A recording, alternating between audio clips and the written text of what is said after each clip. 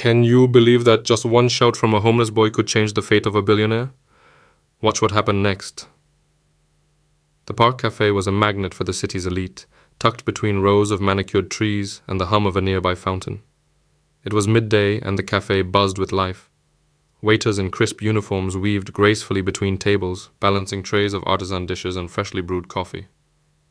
The air smelled of warm bread and the faint sweetness of blooming flowers. But for one man, none of this seemed remarkable.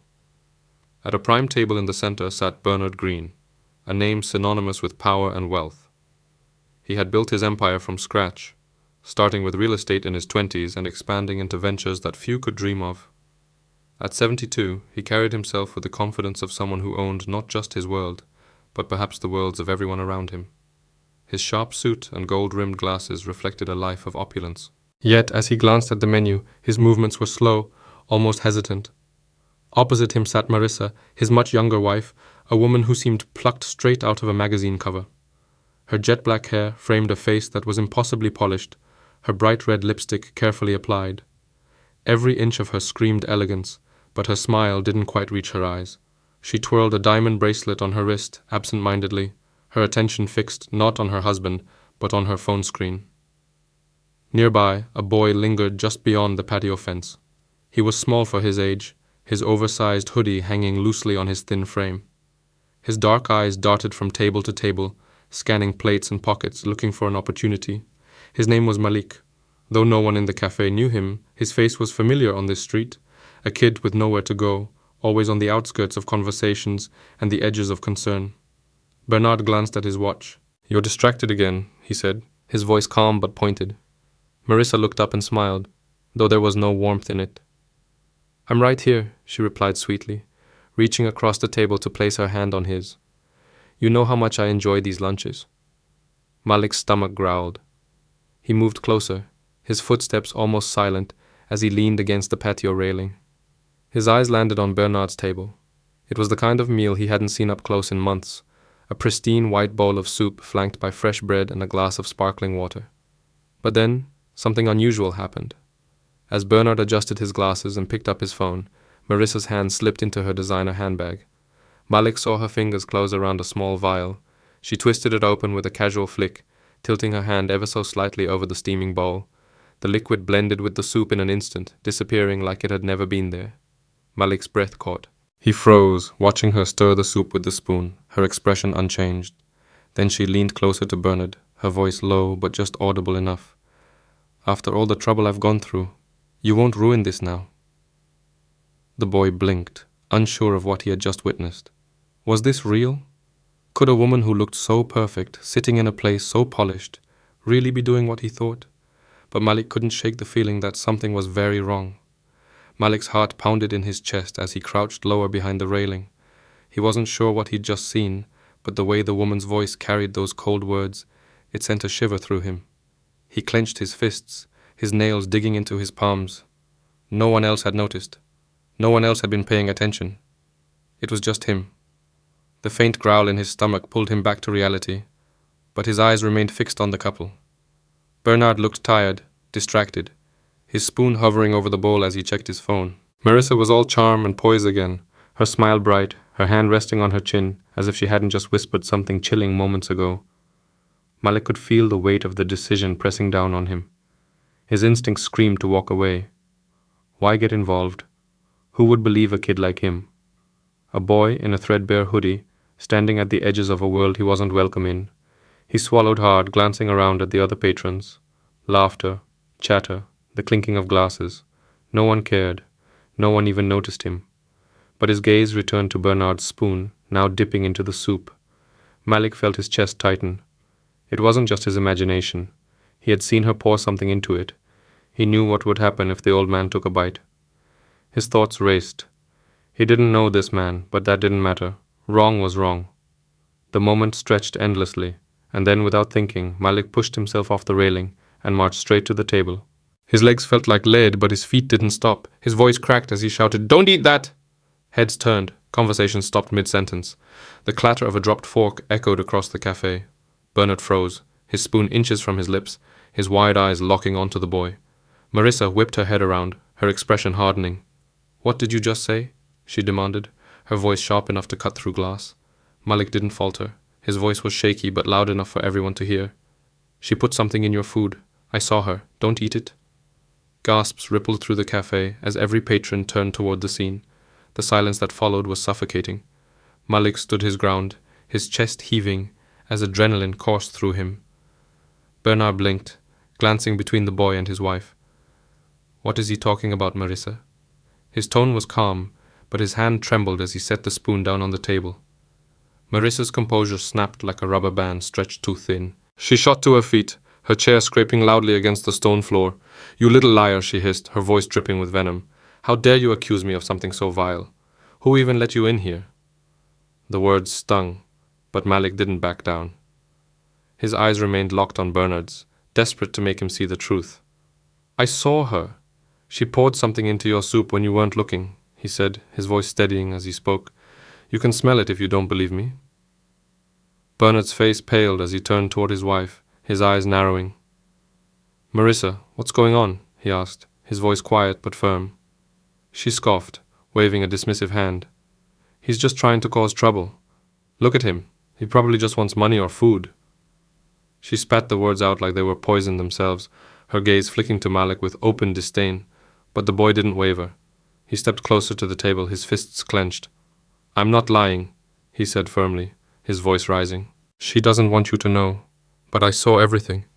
Bernard's hand lingered over the bowl, torn between disbelief and the gnawing doubt creeping into his mind. But something in the boy's tone made him hesitate. The air around the table seemed to thicken, the once lively cafe now eerily silent. All eyes were locked on the unfolding drama, their meals forgotten. Bernard leaned back slightly in his chair, studying the boy with a scrutinizing gaze. His face bore the marks of a man used to people playing games with him, trying to take advantage of his wealth. But this was different. The boy didn't flinch, didn't look away.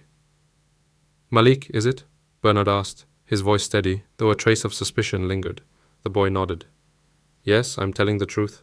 Please don't eat it, he said, his voice soft but insistent.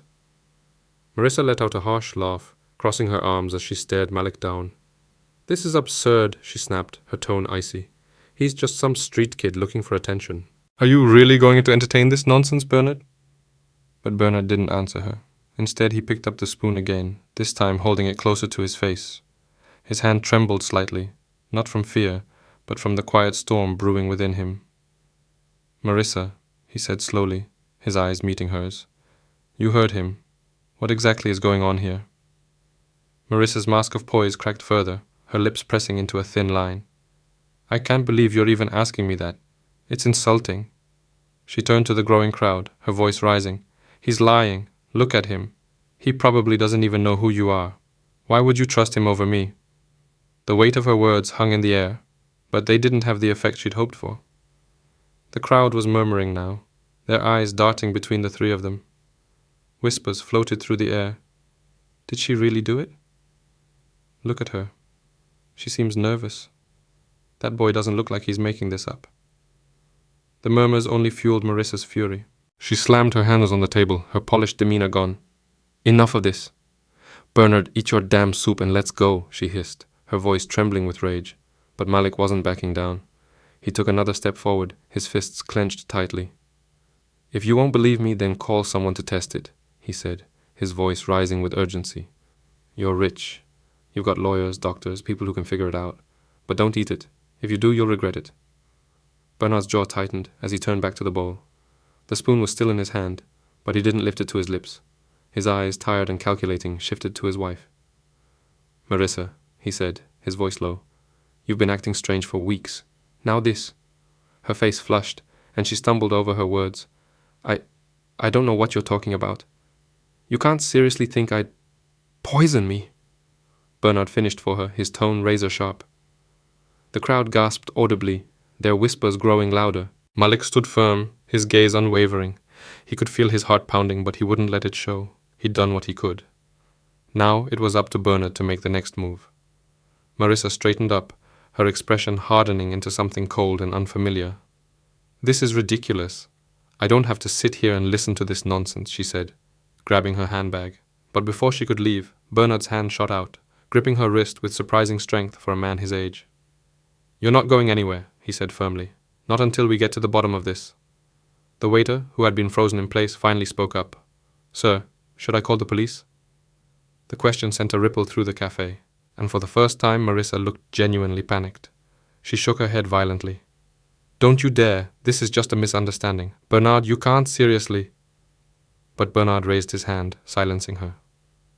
Yes, he said, addressing the waiter without looking away from Marissa.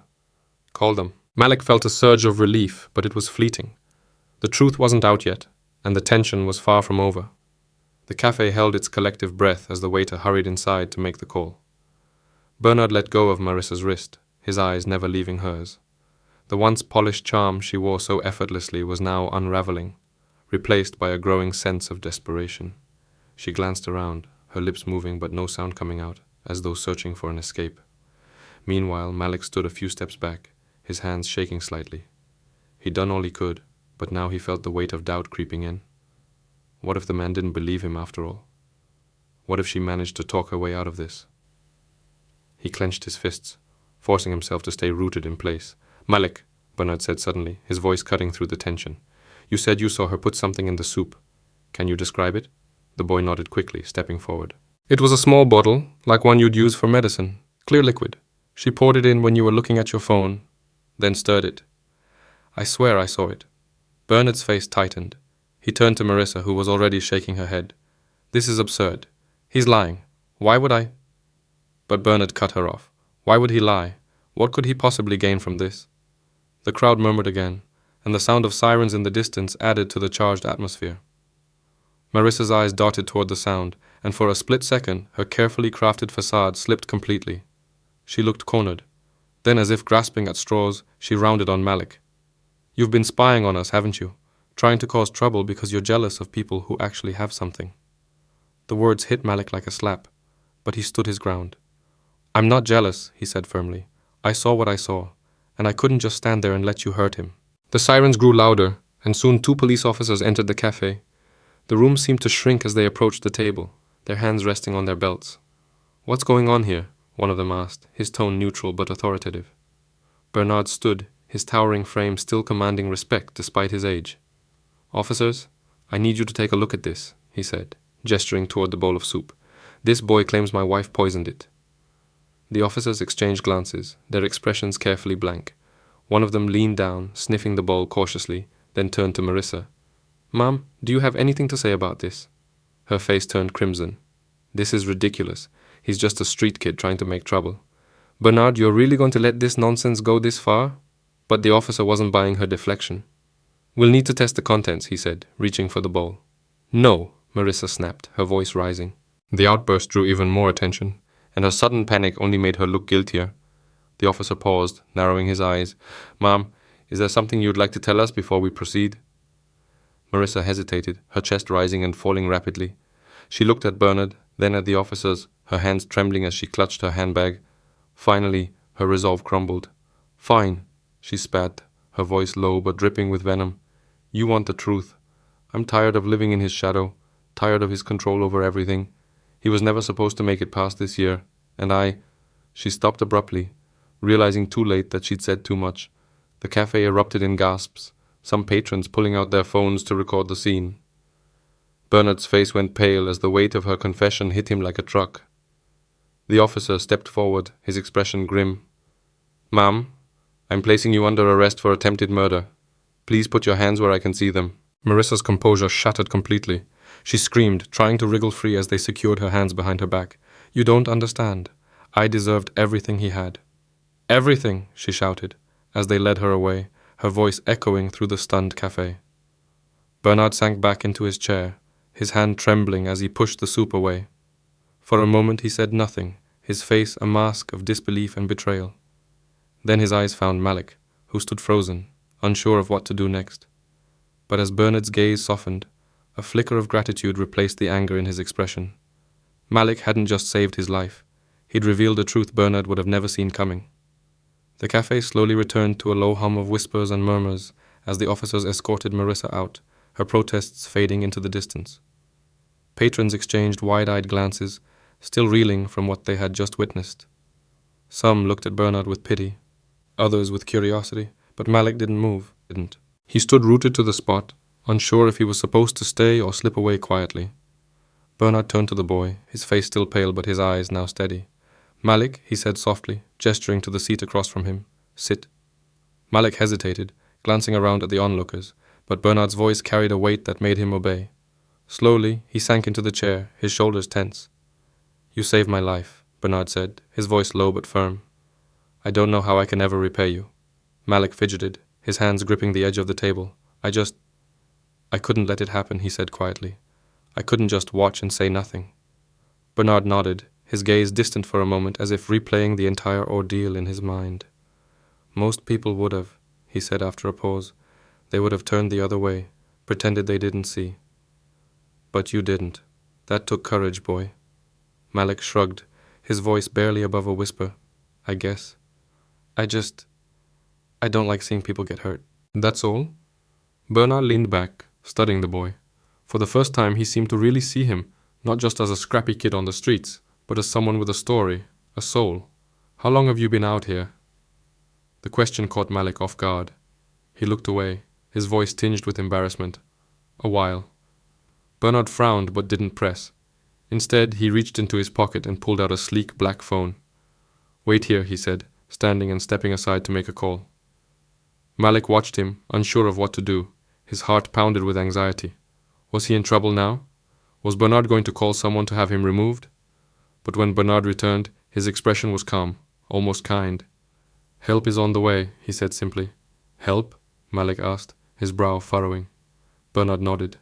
"I called someone I trust. They'll make sure you have a place to sleep tonight, somewhere safe. And if you'll let me, I'd like to do more than that." The boy's eyes widened. "You don't have to do that," he said quickly, his voice defensive. "I didn't do this for money or anything." Bernard smiled faintly. "I know. That's why I want to help. You did something most people wouldn't have. And trust me, Malik, if the world had more people like you, it would be a much better place." For the first time in a long while, Malik felt a warmth he couldn't quite describe.